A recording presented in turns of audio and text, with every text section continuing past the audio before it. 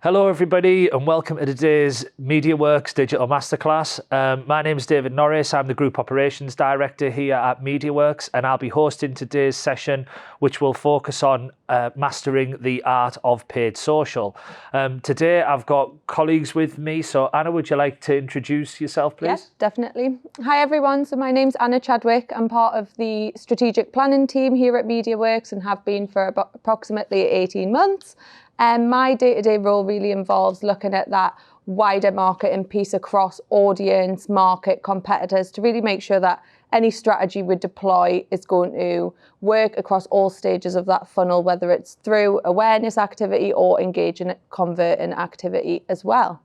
Thanks, Anna, much appreciated. And then we've got James as well. Hi guys, I'm James. I'm Paid Media Director here at Mediaworks. So my role essentially encompasses all of the paid activity that we put out across every channel through Mediaworks. We've got loads of experience across your big ones like your Facebooks and Instagrams, all the way through to sort of smaller channels and more niche things like Reddits and Pinterest. Thanks very much. So I think we've got a range of questions that we're going to cover today as part of this, covering a range of topics about sort of best practice, about targeting capabilities, and then even things about future gazing around what's going to be the emerging trends that we see. I think for me, the first place to start would be around targeting, but I'd actually sort of take a step back from targeting and think about the platforms themselves and their targeting capabilities. And I think for me, like we would say sort of LinkedIn as a B2B sort of targeted platform. We'd look at, for example, Instagram as a more B2C or direct to consumer platform. I was going to come to you, James, first and just sort of get your views on where the platforms are at. I guess focus on the big ones, not everything that we cover. Yeah, so I think in terms of targeting, like Meta really is the sort of gold standard of social media. Reason for that, it's been around for forever. It's the longest standing channel. That means they've had more time to gather more data on their users. They've had more time to perfect their AIs, their targeting methodologies, and it really has allowed them to have the most sophisticated version of that targeting. And with all the channels, we are building towards a more sophisticated AI enhanced sort of targeting space these days. So I think the core sort of tenets of it around like what you can do, it's every user input. So if you're engaging with content, if you're putting in personal details like your name, where you live, what your job is, etc., all of that social media can target based on. So Meta, because it's got a huge range of users across Instagram, Facebook, WhatsApp, etc., has a lot of that data. So a lot of the targeting is quite expansive. They have moved to a broader sort of, we've moved away from really, really niche targeting because more AI is now involved. It's become more, all the audiences, they want to make them a little bit broader so the algorithms have more big data to work with and that makes it more effective. So you can do things like target by interest, target by demographics, target by location, which really sort of sets Meta apart in the space because it's got the biggest bank of that. Your TikToks, etc., all have elements of that, but it's a little bit smaller in terms of the total scale. TikTok, for example, location targeting in the UK a year and a bit ago was super broad. It was just like, it was a few cities. Nowadays, that's expanded. It'll probably get to a point where we can actually start targeting by geos. That's really useful to marketers, obviously, because being able to add that local element is great. And then the other big one in terms of targeting, I suppose, is your LinkedIn. If we think about it, social media targeting all evolves from what the user inputs. LinkedIn has the best data for that. It's a professional network, like 500 plus million professionals there. And all of that, like the businesses that they work at, the company size based on their employee count, and your job titles, your functions, your member skills, and all that content from a business professional perspective really makes it a super niche channel for delving into those sort of really like strong B2B audiences. Yeah, I think one of the challenges is that there is such an array of channels out there from people to select. So I wanted to come to you, Anna, because I know that sort of we've got a very sort of set approach really in sort of how we identify which channels are appropriate for clients, where we think they're going to get the best bang for the buck, if you like. So what's the process that we go through? I think what's important is, we can acknowledge sort of differences between the channels in terms of what they can and can't do, how they can and can't segment, but we almost then need to take a step before that again and understand, but actually, is that the right channel for my audience group? And as part of that, we can look at sort of traditional primary data, but also that traditional secondary data collection methods as well. And I think what's really important to understand is, based on that audience grouping, do we have the right reach, but also an over-index there among our audiences? So as part of that secondary research, we traditionally look at sort of segmenting a key audience across GWI, Global Web Index, and what that does is it returns us a percentage, but also an index. So anything we see sort of above that 100 index is something that we can be quite confident is more indicative of that audience. And in this instance, is a platform they're more likely to be on than the national sort of average or the standard engagement, should we say. But that being said, if we take the index in isolation, we might see a really large over-index on a particular more niche channel, for example. But actually, of that audience group, we're only seeing 2 to 3% on there. It's just because the average is so low. So we always want to almost take that step higher and understand, is this the right channel based on their presence, but also based on their sort of functionality when on that platform, i.e. are they a more engaged member of that platform? But I think, again, to land on that and understand that group, we need to also consider who is it we want to target on that platform. And that's where the mix of sort of primary and secondary comes into play. Because we'll often have clients come to us and they say, our key customer is males aged 25 to 35, and try and give you quite a closed off segmentation that they see as almost like that rock star customer. And I think that's really vital, and that would give us an indication of a key group we want to target. But for us, it's really important to think, how can we broaden that out? How can we use the capabilities of the channels to potentially meet new audience groups that haven't yet been aware of us? But also then, how can we sort of drive them down the funnel to make sure that we are then engaging and converting and using paid social, actually opening up that group of audience as well. Yeah, I think over the last 10 years, it's been quite an interesting journey when you think about paid social as a channel, because in essence, the platforms were all about trying to get as targeted as possible. It was all about sort of being able to identify users, and we were going quite granular. And then GDPR came along and basically went, oh no, we don't actually want you to be able to identify sort of single customers, if you like, or single really small niche audiences based on a range of variables being laid on top of each other. So we sort of went through that journey, and then it broadened out a bit. And then where we're at now, I think, is sort of AI is also now coming to the fore, where I think this is a bit of a challenge for us, like in this space, in the sense that there is a lot of machine learning. It is a bit black boxy from our perspective. But what all of the platforms' sort of best advice really is we give them guidance from a targeting perspective, but then also they encourage us to sort of broaden that audience out so they can go and find customers that match, or customers that would show a propensity or a greater propensity to convert, etc. So I think it's really interesting the sort of journey that we've been on. Yeah, I 100% agree. I think that as Anna touched on with knowing your audience is really the best thing that we can do to help facilitate the platforms now. So all of that pre-work, that audience research, understanding where they're present, understanding what they're engaging with, helps fuel that. And the platform targeting itself, it might be a little bit broader than going down targeting a specific interest or a specific brand.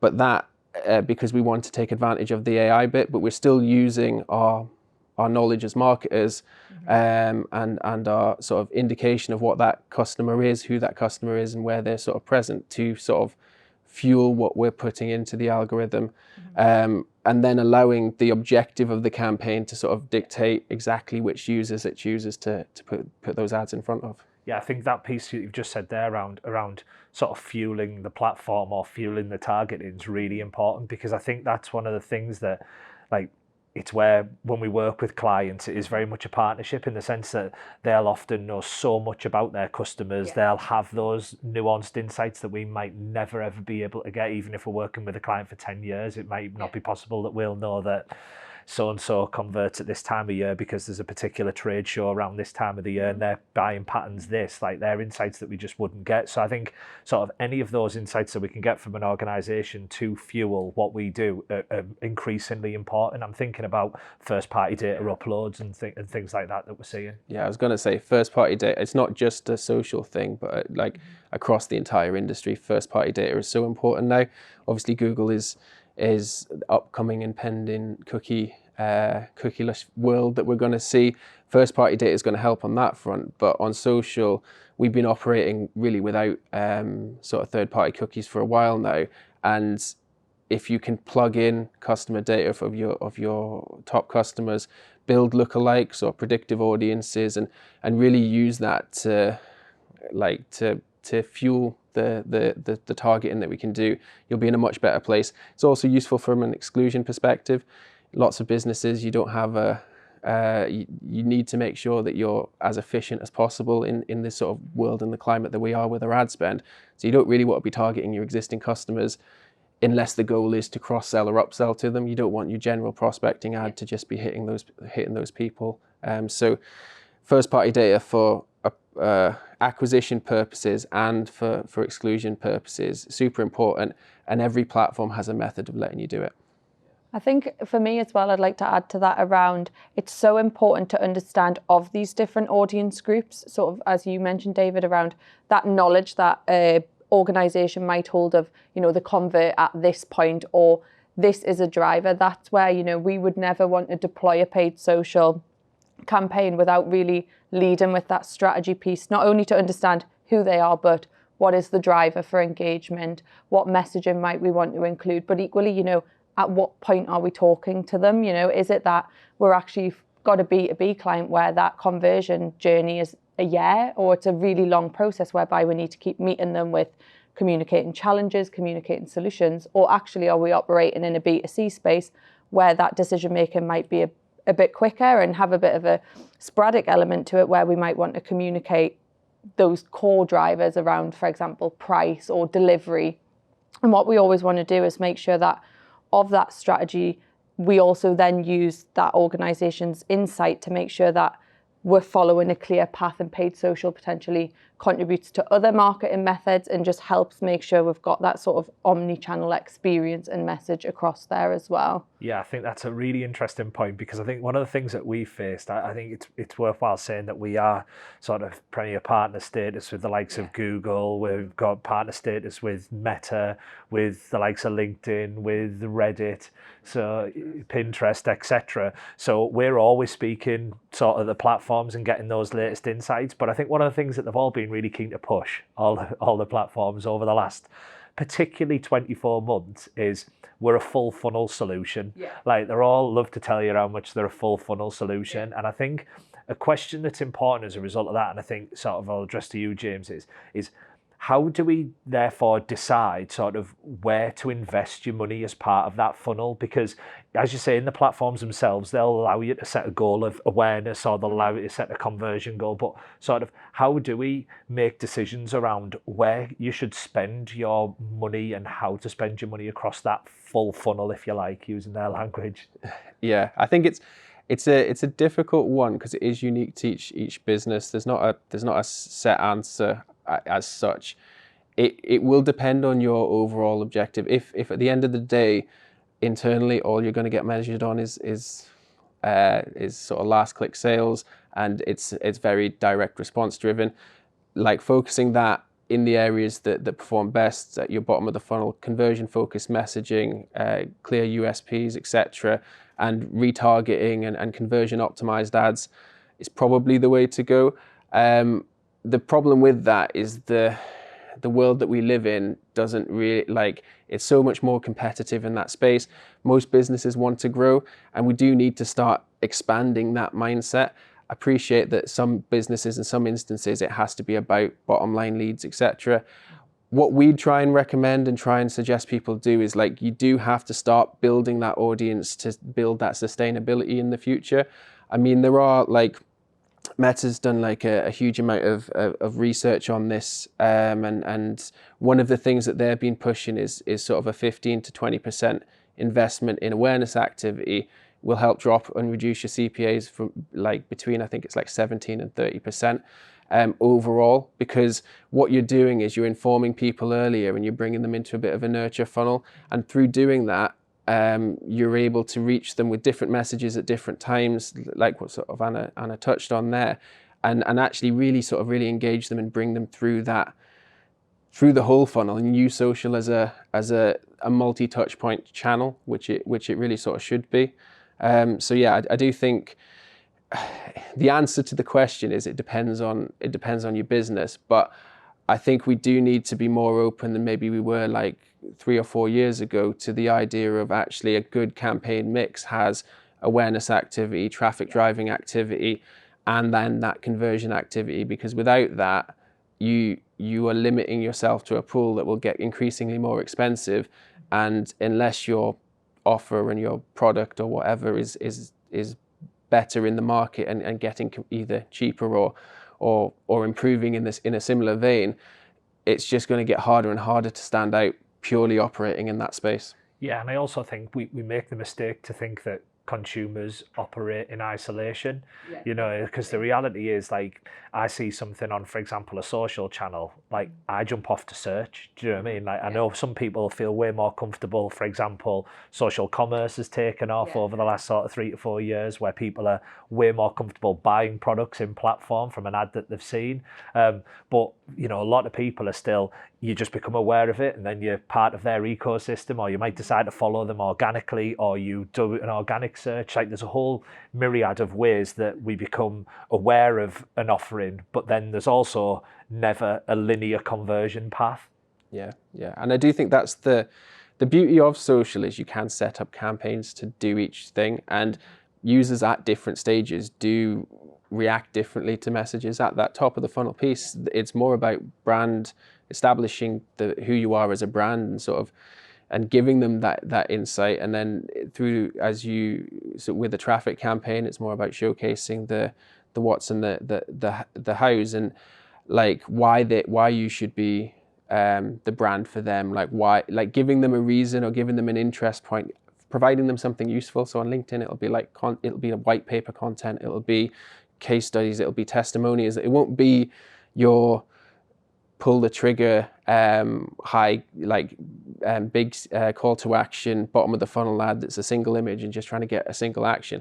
It'll be about establishing your presence as a almost a thought leader in the space, and social allows you to do that, which will help fuel your search campaigns, your website performance. But even like if you're a sort of bricks and mortar business, it'll help improve your store performance, because more people will be aware of who you are or what you do, and you'll be relevant in the space, not just relevant for the product or service that you're sort of selling. Yeah, I think I know we walked through a new tool, a new feature within LinkedIn, for example, the other day, where, you know, they were able to show us sort of within industry, within audience type, how many times somebody would need to see an ad before they then click. You know, and I think the example they gave us was education, and it was to see an advert 11 times before they go on to click on average, etc.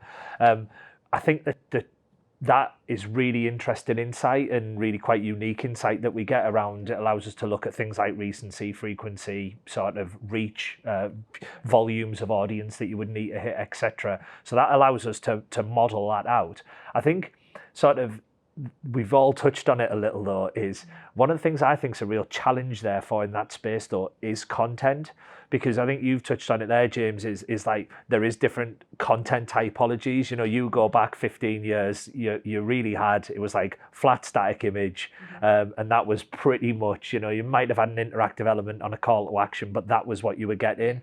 Now we're talking carousels, we're talking video, we're talking white papers, we're talking thought leadership pieces, etc. So I guess sort of, how do we in this world sort of, I guess, ward against things like ad fatigue, but also ensure that our content is fresh and engaging? Because I appreciate it's a big undertaking. So Anna, no, definitely. I think quite often I have quite interesting conversations with clients around, if we're targeting an awareness activity, for example, how do we not only build that brand awareness, but build sort of brand equity as well, and put the right content type on the right platform that we feel reflects, that business's core values, their proposition as well.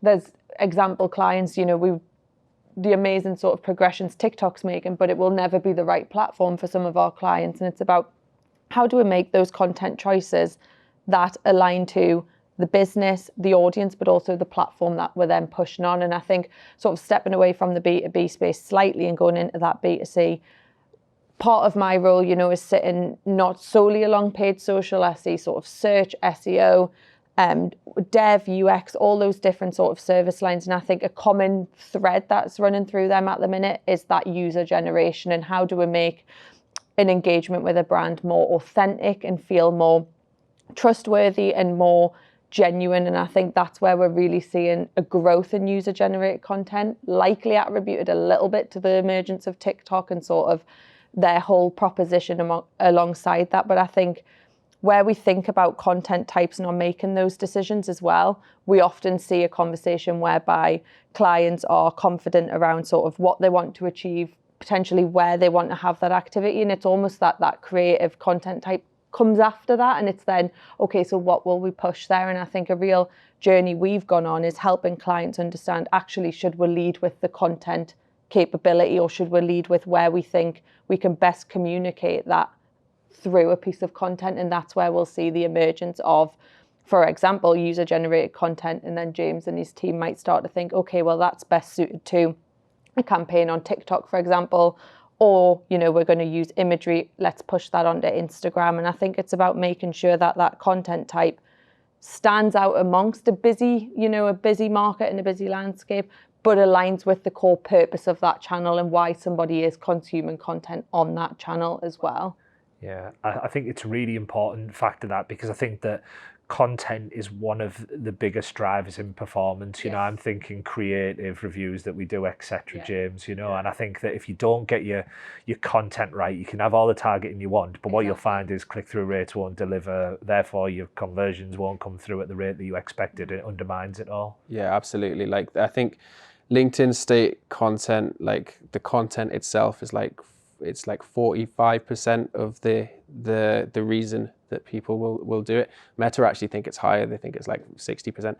Essentially, your content, your creative is like half or slightly more than half of the most powerful and most moving thing that you can do with your ads. So if the content's not right, you never, like, your campaigns will always struggle. So it's really important to invest that time in understanding your audience, understanding the space, understanding the trends, using stuff like that we've got, like with LinkedIn, we've got access to some of the content tools, so we can see in an industry what's trending in the space. TikTok have like their I've forgotten what it's called, but their TikTok trend thing. So you can see what users are reacting to in the space and build content that caters to them, because social media, and we'll touch on this when we talk about the development of the future of it, but the algorithms and everything, like the biggest thing is the platforms are developing towards maximizing engagement and how do I lock someone in for as long as possible on that channel. The algorithms are going to be set up to deliver the content that is best. So it does put a huge emphasis on content, and with us as advertisers, that's why UGC has become so important. It's why there's such a big move towards video, because you can do more with it. But even with your easy to produce stuff and your sort of single images, it is about how do I make them more engaging for the user, because at the end of the day, you're trying to reach someone in a saturated space there. And that's the single biggest thing that you can influence, is the quality of what you're putting in front of them. Yeah, so I think you've touched on like a load of really good points there, and I think that a couple of sort of things that you've alluded to there is around content, is around AI, is probably around sort of personalization. I think that when people think AI, we think sort of machine learning, and I think, but I guess, and we typically think numerical information, I think, from an AI perspective, or we think ChatGPT, which is, generally more text-based, etc. But I guess sort of a question I've got really is around sort of how is AI reshaping targeting and personalization in the paid social space? So how is that sort of influencing the content that we produce? How is it influencing the personalized experience a user gets? Yeah, so AI influences like social campaigns in two sort of core ways.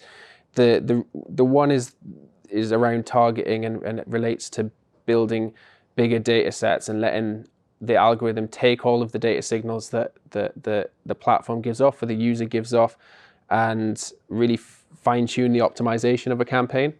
But in the last sort of year or so, all of the platforms and everything has gone in an AI-centric direction. So you've got Meta's Advantage Plus, where we've got Advantage Plus audiences, which essentially you give the audience what your ideal audience would look like, and the AI tries to build off that. So it's, rather than saying like, I want someone interested in this, it's like, these are my high value customers, how do I find more of them? And the AI will learn, or if you've got a feed as well, it'll take in like, what are your top selling products as well. It'll take all of the data points and try and find more of those customers.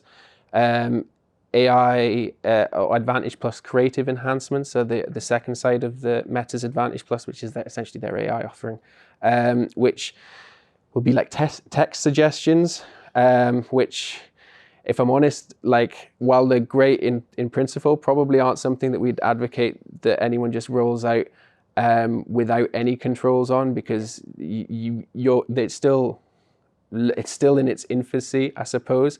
It is the worst it'll ever be, but it is still not perfect, and you want the messaging and around your brand and your business to be accurate. But AI will try and personalize the text to the individual user. It might play around with where the placements are, whether some people see a description, or like, it'll play around with the format of the ad. There also is creative enhancements, where it'll mess with things like lighting and that. These are all features that are becoming more and more prevalent, and Meta's got one, TikTok's on the way. It's got the text bit, but it's not got the rest of it. LinkedIn also have like a creative sort of sandbox experience as well that they're rolling out this year. So AI will support our advertising activity, and each of the platforms is developing in an interesting way. It will help those sort of really small businesses, where it is just how do I get a campaign up and running and sort of set and forget and let it optimize that way. But I wouldn't be. It's exciting for the future, but there's certainly some instances that we've seen and experienced in the past where it's like, maybe it needs a little bit more time, because we need some controls on that. We don't want our image to be changing, or the text to misrepresent the business as it is. It feels like when Google announced things like dynamic search, so dynamic search ads, years ago, where it would obviously change what any user would see based on various signals that we were putting into the platform. And I think, as you say, it's amazing the speed of development and the progress that you see over a short period of time. I think, though, when we talk about content, probably people's minds goes to some of the videos that we've seen out there from like the likes of Adobe and their AI offering, where you put in some prompts and it basically creates videos that look fantastic and polished, etc. Reality is, though, it's like, we know the volume of time that actually goes into creating those, and the editing and the prompt features, etc., that you need to do it, and to potentially sort of, as you say, would you be willing to give control over the platform, especially when it's your brand? Probably a bit of hesitancy there, definitely hesitancy right now. I know sort of it's one of the things that we are constantly evaluating, considering how we utilize it, where it's used, where AI can actually perform, where we need to put in different checks and processes, etc., to accommodate that. I think then sort of we've touched a bit on it, but we do keep hearing about things like content types of user-generated content. We know that videos sort of, I've heard Google say 2024 is the year of video. They're really pushing YouTube this year, etc. We're seeing short form video content sort of become more and more popular. Sort of, I guess, how do we then how can brands create impactful video content without that significant investment? We know it costs a lot to do video really well at a polished sort of premium status. But sort of how would we go about that, Anna? Yeah, I think, as like we've said earlier in questions, there's not a one size fits all necessarily, because you've got to consider, the brand message you're trying to convey in line with how polished that content needs to be. But I think in general, if we look at the market and sort of people's behaviours generally, there is a shift away from that polished, perfect, really curated video content, and this shift towards actually how do we build authenticity, and how does it feel real, and how does it feel a lived experience. And that's exactly where the likes of user generated content can come in. But also, we see brands regularly pushing paid content that's very much marketing teams creating reactive content, making sure they're jumping on trends that are emerging. They were seeing some real success. An example just in my head is Sisters and Seekers, a clothing brand on TikTok. They have done amazing things through solely jumping onto these TikTok trends. They come and go faster than anything I've ever seen, but it's about how actually we want video to allow somebody to feel a bit more, convey a bit more emotion through that content. And that doesn't always need to be that we need to have a really elevated video experience. And actually, how do we just convey the brand better? How do we make it feel more authentic and almost make it feel person to person marketing? We never want to just talk, business to consumer or business to business, because both sides of that is people, and it's people who, we don't have a business brain and our personal brain. They overlap. There's a sort of, an element whereby things we enjoy in our personal life come through in business content as well. And actually, how do we create content that feels aligned to the brand, but also does feel authentic and genuine as well, and conveys person-to-person emotion as well? Yeah, I think, what is the role then that we're seeing, James, I guess, in video? Like, I know the statistics around it is typically video outperforms sort of static content, etc. But again, that is quite dependent, isn't it, on market, what we're trying to achieve, what we're trying to do with it, etc. Like, there has to be that balance, doesn't there, across content? Yeah. I think there's sort of two elements of it. The rise of video is like one of the big trends of the last year or two, and it's sort of TikTok drove a lot of that growth, but really it's user engagement that's driven that short form growth. TikTok just capitalized on it first, then Instagram tried to emulate it with their reels, and YouTube's done the same with shorts, etc. But capitalizing on that like where that video sort of sits in that funnel, and how users sort of experience it is still slightly more geared towards brand exposure, awareness and engagement for video content, because it's a storytelling medium. You touched on like the authenticity and the trust pieces coming through, which are really important in that earlier stage of that user's interactions with your brand. It's really important for them to feel connected, and to sort of build those relationships, and video is the perfect format for that. That's why actually like the UGC element of it is even better, because it adds a more human and accessible approach to it. Whereas it's not just, and so it's a really important piece to the puzzle, but it doesn't quite like your single image ads at the bottom of the funnel with a highly targeted, like snappy call to action, and like clear and concise to the point, still do tend to drive the best performance in terms of like actual conversions. The move might shift, because obviously the social commerce pieces, and more people are doing like with sort of the TikTok lives and that sort of thing, where people are video is becoming more of a shopping experience. But as it currently stands, it is, I would say, like the video side of it is great for engagement, great for that broader brand building, and a really important element that will probably become increasingly more important. But your single image content will probably still outperform on your like your end goal conversion. If you think about it from a product perspective, from an e-com business, like if you like the most enticing thing to get someone to buy an individual product is to see that product and see the price, because that's really what they're going to gravitate to in most cases. So like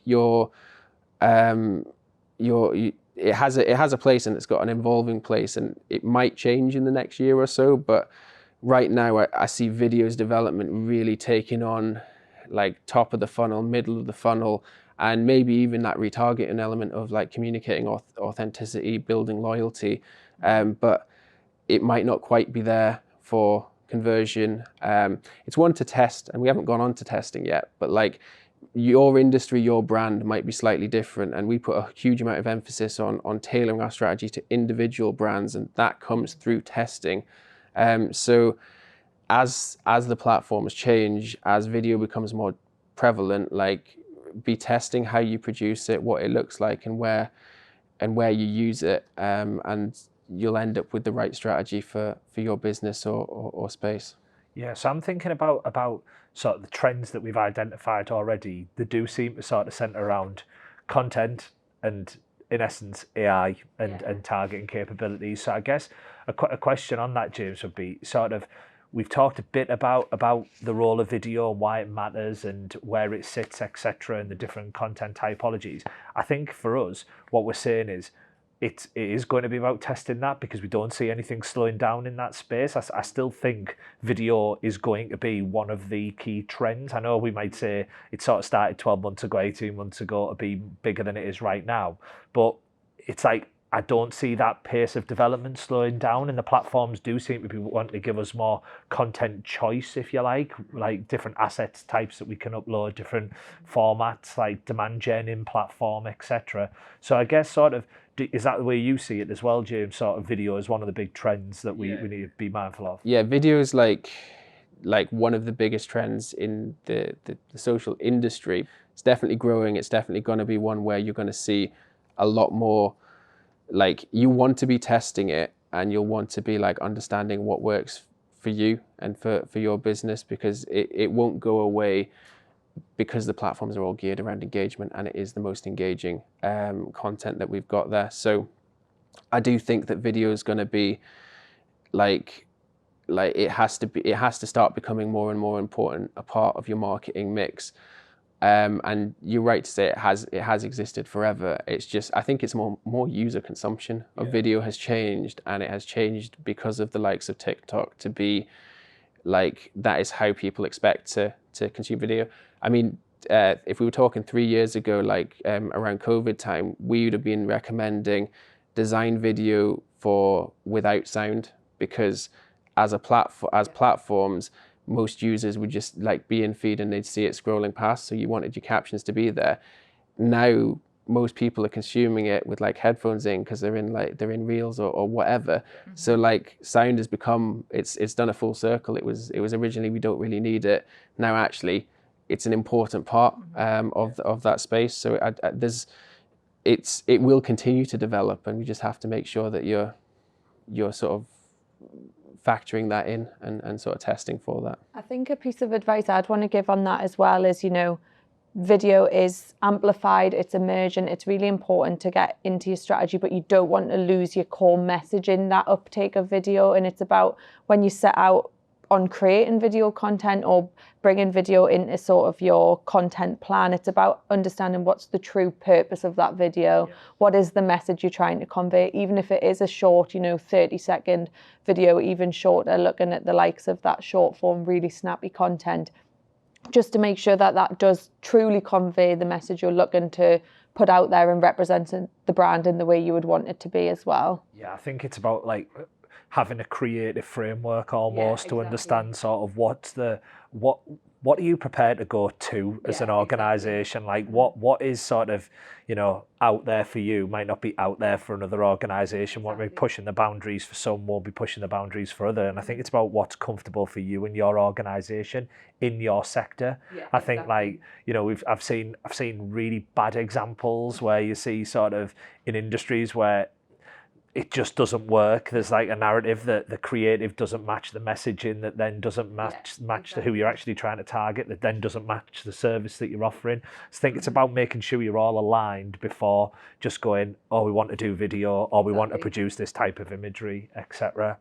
So I guess we touched on it there, Anna. We talked about consumer behaviour changing, Yeah. and I think sort of that's one of the big things. So how do we see consumer behaviour changing, or consumer behaviour influencing sort of paid social activity? I think, when we've been talking, I've been thinking a bit, and really the key sort of theme is that it's always evolving. It's an evolution. We never want to, sit in January and say, this is the plan for the year. We're going to do X, Y, and Z. Nobody touches it for the year and that's it. Because we see, even when we've been talking 12 months ago, actually there's been complete shifts in behaviour. There's been complete shifts in what people are looking for. And I think it's about constantly reassessing that strategy you've set out, constantly, reassessing, is that audience still the right audience? Do they still care about the same things? I'm thinking like macroeconomic factors that have largely influenced multiple businesses across industries, across sort of targets as well, about how do you actually need to then adapt messaging to make sure that you're feeling, you're putting a message out there that feels sensitive to situations that, yes, might not be a direct influence on your market, but you understand how your audience might be feeling, might be thinking about things associated to that as well.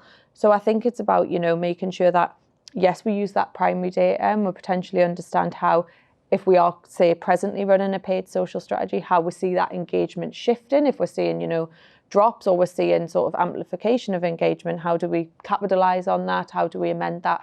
But also using these tools like GWI, YouGov, Statista to understand, actually, is there any more broader market shifts whereby our messaging needs to evolve, our creative formats need to evolve, sort of social media's come and go. I think, an example around sort of when Be Real emerged, it was quite a disruptor for a short period of time. I feel like it's, they've been trying to get brands on the platform to advertise. It's potentially not taken off at a pace they envisioned, but actually what shift did we see in content across other platforms? Again, it was around that message of authenticity. It's not edited, it's real time, it's sort of as you were, should we say. And I think it's about making sure that, while all platforms might not be the right one for your business, for sort of what you're wanting to achieve, how do we sort of constantly check on them to make sure that our message aligns to how people are feeling, how people are functioning as well. And I think, you always want to sort of keep an eye on your competitors as well and people operating in a similar space, because if you see any real shifts in sort of competitor activity, it's one where you might want to start to think, what's motivated that shift? What do we likely think the impact of that shift is? And does that then mean it's right for us? And that might not always be the case. Or equally, is there a big gap whereby competitors aren't being the first to do that or aren't willing to take that risk, should we say? And actually, is there a real opportunity to break through that noise, because actually you're getting there first before it becomes more saturated with competitors? So I think really the key message there is about, never order anything once and think that's it, it's going to work. It's foolproof, because everything changes and we constantly need to be thinking about factors out of our control, but how we can then bring that into messaging, creative, targeting, and make sure that our strategy evolves with the times as well. Yeah, and I think my other point to that would be as well, let the metrics guide you on that. Yeah. So be looking at things like what's happening with engagement rates, what's happening with click-through rates, what's happening with conversion rates ultimately, like be aware of those as driving factors to know when, for example, ad fatigue's kicking in and when people have got a bit fed up and the messaging's starting to wear off, be driven by the data. And I think that is one of the things in the digital space, in the paid social space, if you like, that is often overlooked. If you buy into a lot of what the platforms are saying, which is almost like a sort of set it and away you go, and then the machine learning will take over, I think you'll be sorely disappointed, because all the conversations that we're having with the platforms is all about, well, you need to update your content, you need to make sure that you're testing, that you make sure that you're utilising these different targeting approaches, refining this, layering data. There's a whole myriad of things that make it not just a sort of set it and let it play out sort of approach. No, I'd agree. I do think you can do a broad audience and let the AI drive it, but you do need to be monitoring those metrics. We haven't really touched on like the pure performance side of sort of paid social, but it is because of the AI feeding it, and because there's the targeting is there, and because consumer behavior is sort of shifted in a direction where Socials are a product discovery mechanism. They are as they are an important part of that buyer journey because they're an important part of people's daily lives. Using that to understand actually what is the best mix of my wider channels or what is the best mix of my individual campaigns, looking at your conversion rates, your click-through rates, your engagement rates per campaign and then per ad, and actually like defining where the investment needs to go into. I think one of the more interesting things on social is like recently, or not super recently, but like in the last couple of years or so, like we've got social campaigns that can compete with generic search campaigns and outperform them in terms of things like CPA and acquisition, because the channel itself does have that element. It'll never beat out your brand search, but because the intent is there. But you can now start to build social in to that sort of bottom of the funnel space and deliver those results. As long as you're doing it with a method where there's testing, there's development, and and you're using the data and an agreed attribution piece, you can make it work. I mean, for some of our biggest like retailers that we work with, the social channel like outperforms like on a last click GA revenue attribution outperforms their generic search, paid search, their like it can outperform the brand paid search in certain moments. Like it is a direct response channel as much as it is a storytelling piece across the board. So to dive in, I want to finish on sort of two practical key takeaways that I think people are going to want to know about. So I think one for me would be, and I'm going to come at you for the first one, James, and I'll come at you for the second one, Anna. So first one, James, would be around A/B testing. Like, I think it's one of the things that we absolutely need to be talking about, thinking about, and people should be aware of. So do you want to talk to people about sort of the approach to A/B testing that people should be taking, some practical advice and guidance that they could take away? Yeah, everyone says that like A/B testing seems to be like a buzzword in the space that lots of people want to do. Some people think they're doing it, but maybe they're not actually doing it. Like it is one of the most fundamental ways that you can improve your performance, because you're guided learning, but you do have to set your parameters at the start. I think that's the key thing. You need to know, what am I actually testing? Am I testing the creative? Am I testing the copy? Am I testing the audience? And don't try and do too many at once, because if you end up with an A/B test where you've changed the image, the format, the copy, etc., like you don't really know which ones worked. Well, it's not an A/B test by its very nature, is it? It's like, that's where I think you start to get into like multivariate testing, and the reality is you're changing too many things, so you'd never know what's actually driven the impact. Yeah.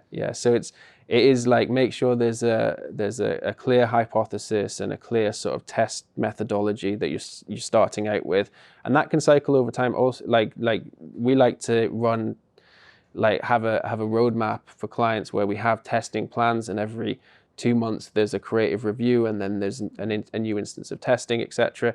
Like, do build that in so you can do bigger tests longer term, but make sure that you've got that methodology in place, and then actually action stuff off the results. Like there's a lot of people just run lots of different ad variants and then don't really change anything.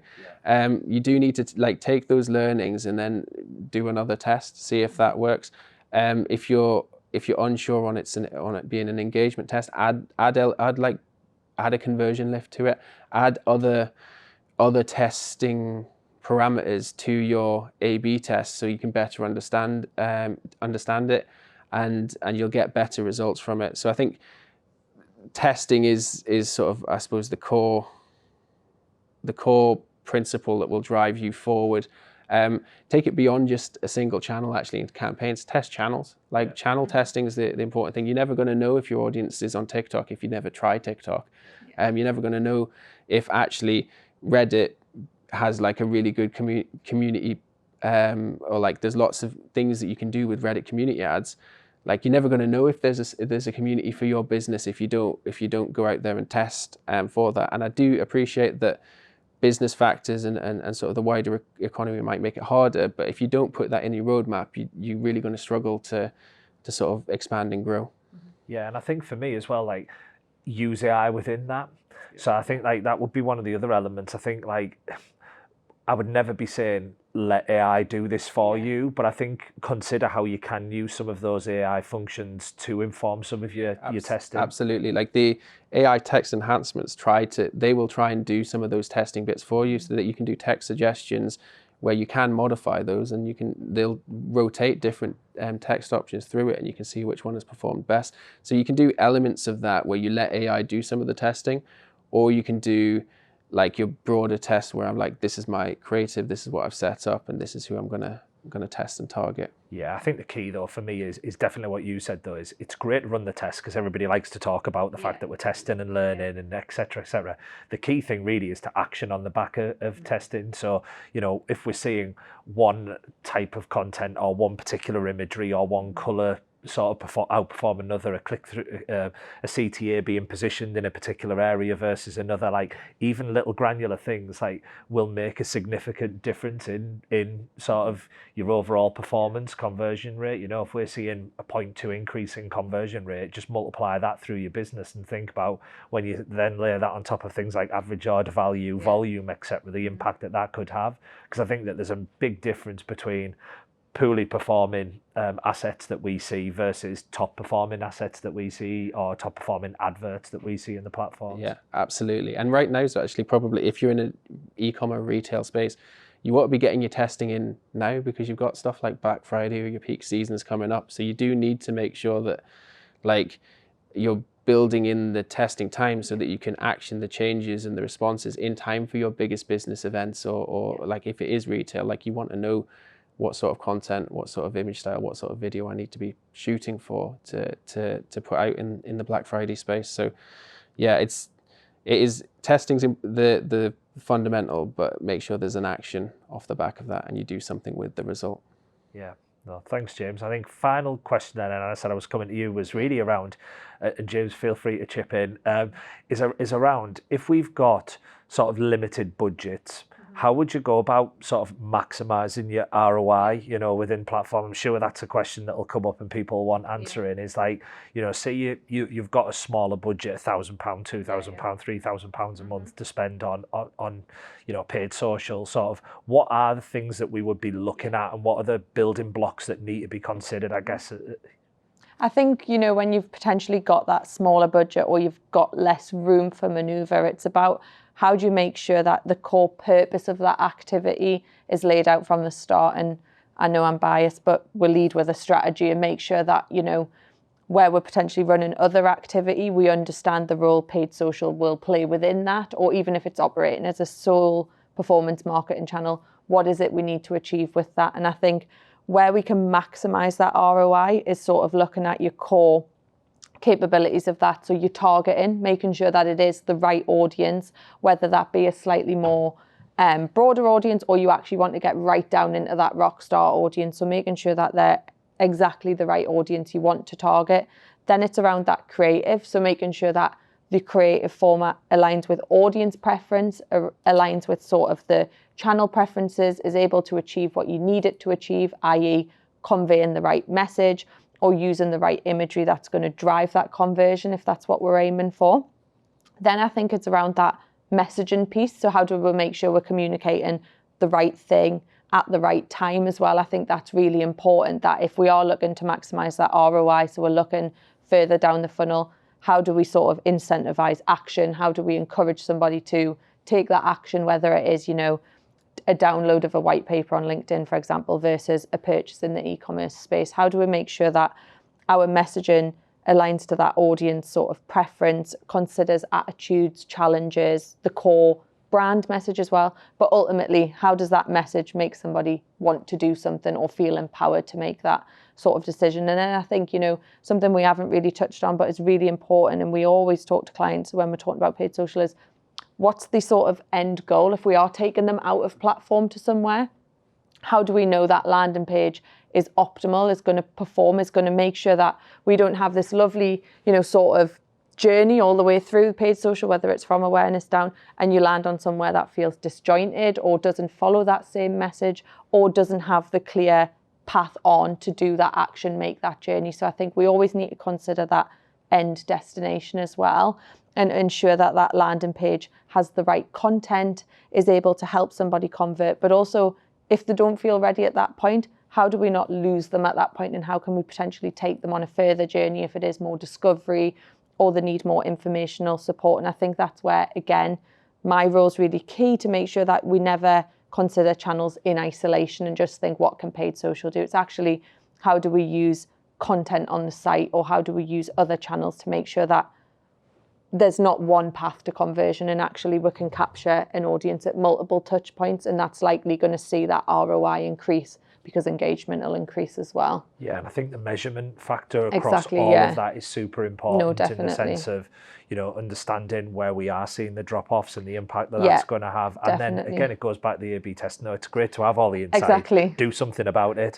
So many people are saying, oh, well, we run these ads and we get this amount of traffic, but we then don't convert. And you start going, well, is there a problem with the landing page? You know, and it's like, make sure that we're actioning, I think, is the key, because I think that's the exciting thing about paid social, is it's dynamic. Consumer behavior changes, it moves all the time. There's new features and functionality coming out. But what I'd be saying is let's make sure we're on the front foot with it all the time. So I think, that would be one of my key takeaways, is test, experiment, but make sure we're actioning the insights that we do get to drive that performance. Because, as I say, there's an enormous disparity between good and bad in this space. And you can, you know, just spend, you know, X amount of pounds and not drive the results that you want. So, you know, let's have a real clear structure to that. So, thank you very much, guys, for your time today. It's been much appreciated. I'm sure everybody watching's taken quite a lot from that session, and we've hopefully finished with some actionable insight that you can take away, and also food for thought for things coming up in the future that we need to be aware of. That's all from today's masterclass. Thanks, Anna. Thanks very much, James. The next masterclass is going to be with us next month, and is going to focus on the user experience and web dev side of things. So it links quite nicely what we've just finished on there. So thank you very much, everybody, and see you soon. Thank you. Cheers.